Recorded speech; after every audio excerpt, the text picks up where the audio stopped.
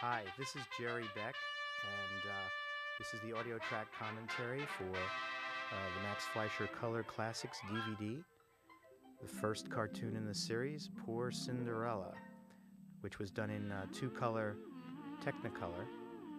That's why you'll see a lot of green and red and blue. And in fact, you'll notice later on in the film that the prince has blue teeth. It's done in the Cinecolor process, as it says there. And these color classics, of course, were Fleischer's answer to Walt Disney's Silly Symphonies cartoons. And they tried to, right off the bat, they tried to make a very ornate cartoon, as you can see here.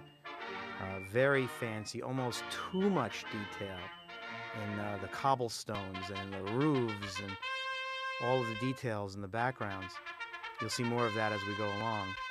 It's just almost overdone. Do they really need to have so many dishes? And of course, Betty Boop was the star of the first color classic. They put their biggest star at the time in the film. Although the Fleischer Studio had another star at the time, which was Popeye the Sailor, but he was owned by King Features, so I guess they put Betty Boop, who they owned completely, in this film. Now you'll notice Betty has a different hair color. She's kind of got a red hair instead of the black. I guess it was just an attempt to make everything as colorful as they could with the two hues that they had, red and blue, basically. And here's an original song that Betty is singing, which, again, aping what Disney was doing. Disney had such success with the Silly Symphonies and the original songs that were in those films. And Who's Afraid of the Big Bad Wolf was a huge hit for Disney, both as a song and as the film itself. So these color classics have great original songs throughout the whole series.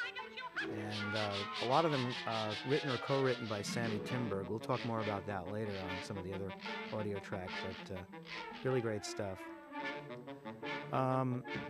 This film, of course, uses the Max Fleischer stereo-optical process, which gives a 3D effect.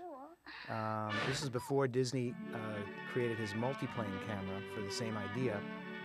And you'll be seeing that effect very soon. We'll point it out when you do see it. It'll be pretty obvious.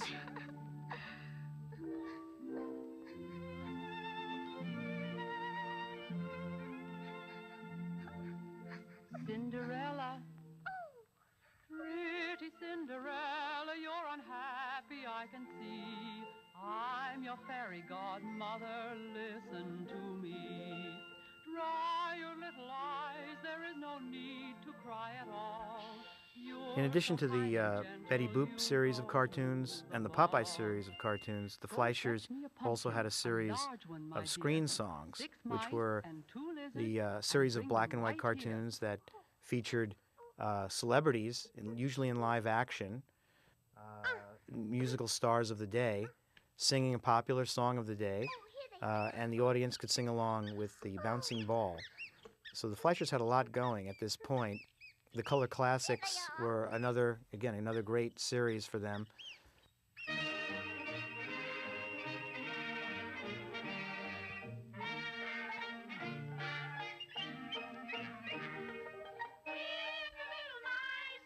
Now you're probably listening to Betty's voice. I think to add to the specialness of this cartoon, the Fleischers decided to upgrade Betty Boop's voice.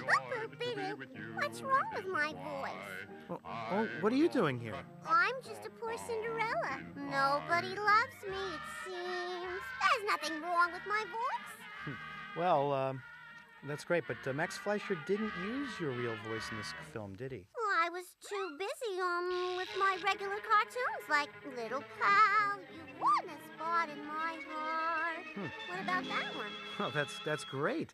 What can you tell us about the Color Classics? As long as I have you here for this audio track commentary, what's the story behind this cartoon?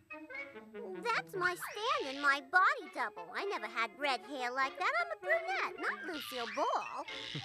Well, so if you had done this film, what would have been different? Oh, Pudgy would have been in it, and Bimbo would have been the prince. What about Coco? Well, he would have been an evil stepsister. Can I sing a song? Oh, well, why not? Sure, go ahead. I'm just a poor Cinderella. Nobody loves me, it seems. And like a poor Cinderella, I find my romance in dreams. For that's where I meet my Prince Charming. When I'm with him, cares fade away. I'm just a poor Cinderella, but I'll be a princess someday. That was pretty good. That was much better than the person who sings it on the actual track. So, what was it like working with Max? Oh, Uncle Max was very loving, and he always would rescue me from the inkwell. You did a lot of cartoons with Grampy and Pudgy. Did you have a favorite? One of my favorites is Little Nobody with Little Pudgy, where Pudgy gets his feelings hurt from some dog who lives next door, and he comes back over to me, and I have to sing to him and get his spirits up, and I particularly like that one because it's so heartwarming. Well, thank you for dropping in on this audio track commentary of Poor Cinderella. Well, thank you, Jerry. Bye-bye. Hail the Prince!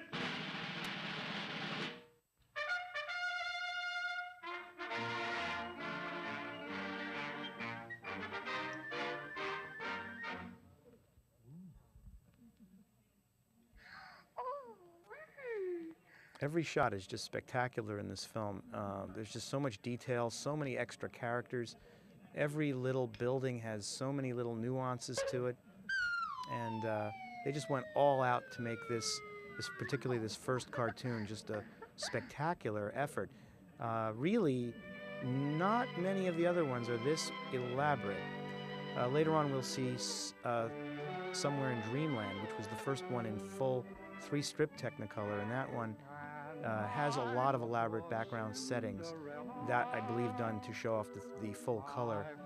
But this is the most elaborate one of the series.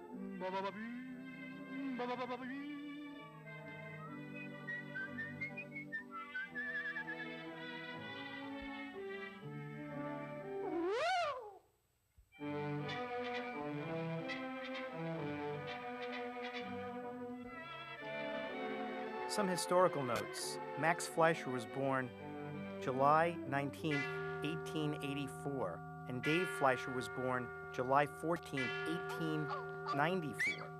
That would make Max Fleischer about 50 years old when he started doing these Color Classics cartoons, and Dave Fleischer was 40 years old at that time.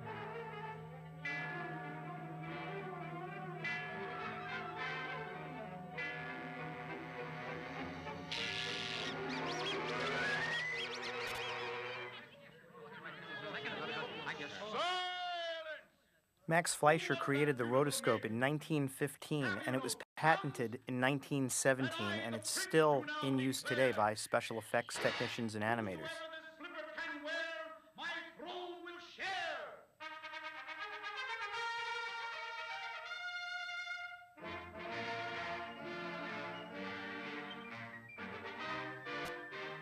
Max Fleischer was a cartoonist, and he became the art editor for Popular Science magazine in 1914. His earliest films, beginning in 1917, were educational and mainly for the Army. He did one called How to Read an Army Map, and he also did one called The Electric Bell, and they're just extremely simple, really educational, animated films.